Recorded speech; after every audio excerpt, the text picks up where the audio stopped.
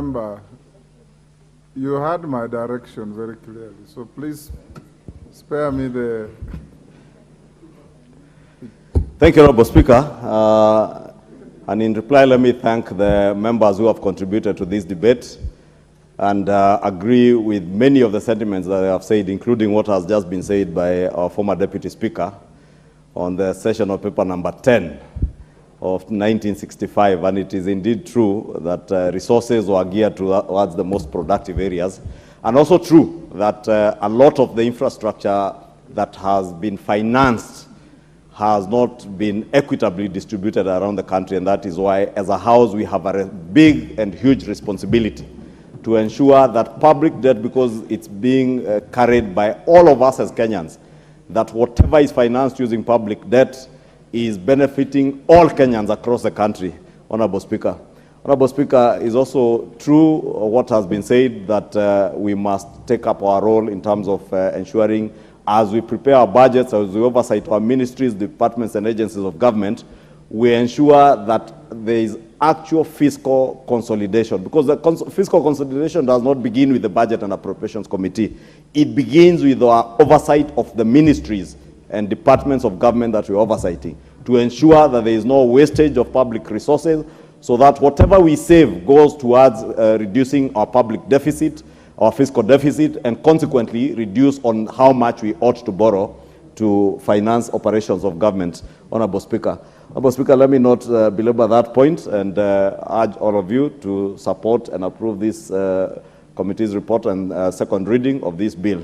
And as we have committed as a House and as a budget-making House, and also the House that has the only privatization and debt committee, because even the other House, Honorable Speaker, doesn't have a committee like this.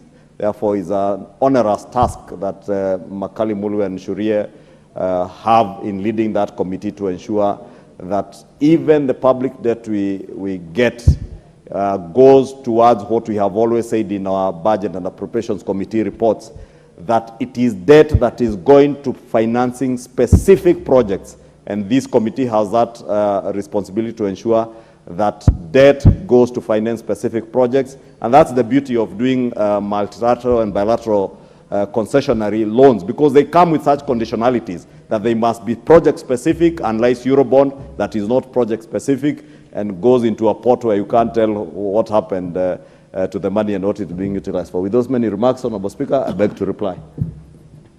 Thank you, Majority Leader. I now put the question, which is that the Public Finance Management Amendment Bill, National Assembly Bill number 16 of 2023, be now read the second time. As members of that opinion say aye. Aye. Will those of the contrary opinion say nay? The ayes have it. Next order. A bill for an act of parliament to amend the Public Finance Management Act and for connected purposes. Thank you. Honorable Aladwa, I advise you to remain in the House. We have a few minutes for the next order. You just walked in and you're walking out already.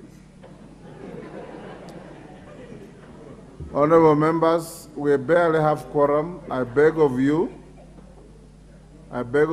to hold on to your seats. The next order, I would want it to be prosecuted in no more than 20-25 minutes. I'll invite the clerk to call it out. Have you? Order number 9.